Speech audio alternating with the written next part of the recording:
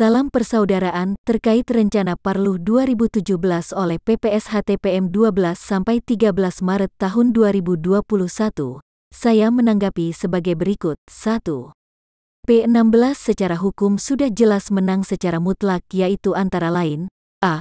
Gugatan pembatalan badan hukum yang namanya memakai atau menyerupai PSHT sudah dibatalkan, termasuk beberapa organisasi yang didirikan diketuai oleh Bagus RD yang kemudian dialihkan ke Murjoko. B. Gugatan kelompok PPSHTPM, beberapa ketua cabang, terhadap keabsahan Parapatan Luhur 2016 sudah ditolak. Dan inkrah. C. Gugatan Yayasan SHT sudah dimenangkan oleh Mas Lanjar, dan status hukum inkrah. Bahkan elit PPSHTPM yang juga pejabat Pemkab Madiun sudah menjadi tersangka, tinggal dikembangkan agar ada tersangka lain dan eksekusi terkait yayasan. 2. Secara hukum, PPSHTPM sudah kalah dan gagal secara mutlak atau total.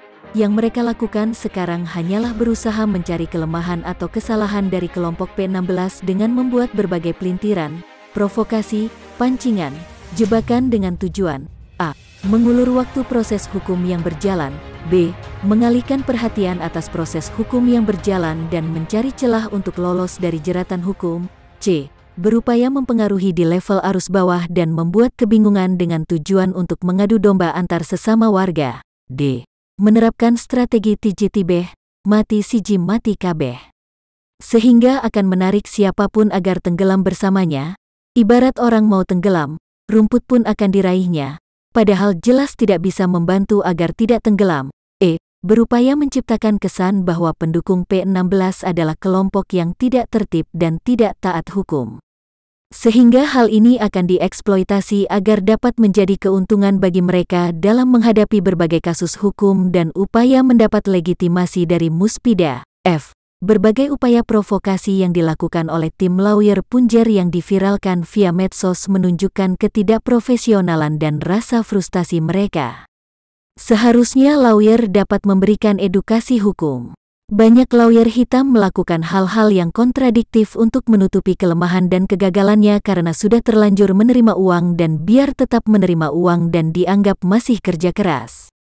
Contoh dalam membela klien, sudah jelas-jelas kalah, tapi lawyer masih memberikan harapan manis kepada klien dengan membuat surat ke DPR, Presiden, PBB atau pihak-pihak lain yang tidak terkait atau tidak bisa intervensi terhadap kasus hukum tersebut.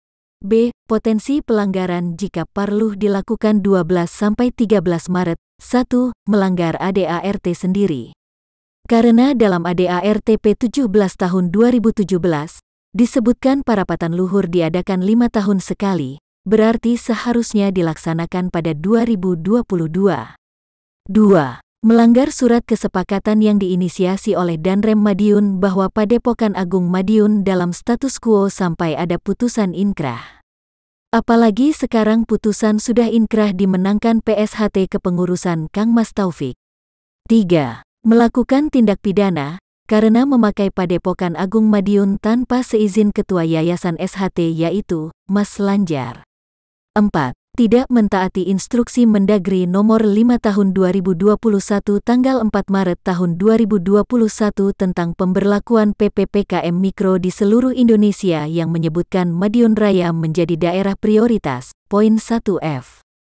5. Tidak mentaati instruksi Wali Kota Madiun nomor 6 tahun 2021 tanggal 9 Maret tahun 2021 tentang perpanjangan PPPKM Mikro di Madiun yang berlaku mulai 9 sampai 22 Maret tahun 2021. 6. Melanggar prokes seperti kejadian Habib Rizik di Petamburan dan Mega Mendung.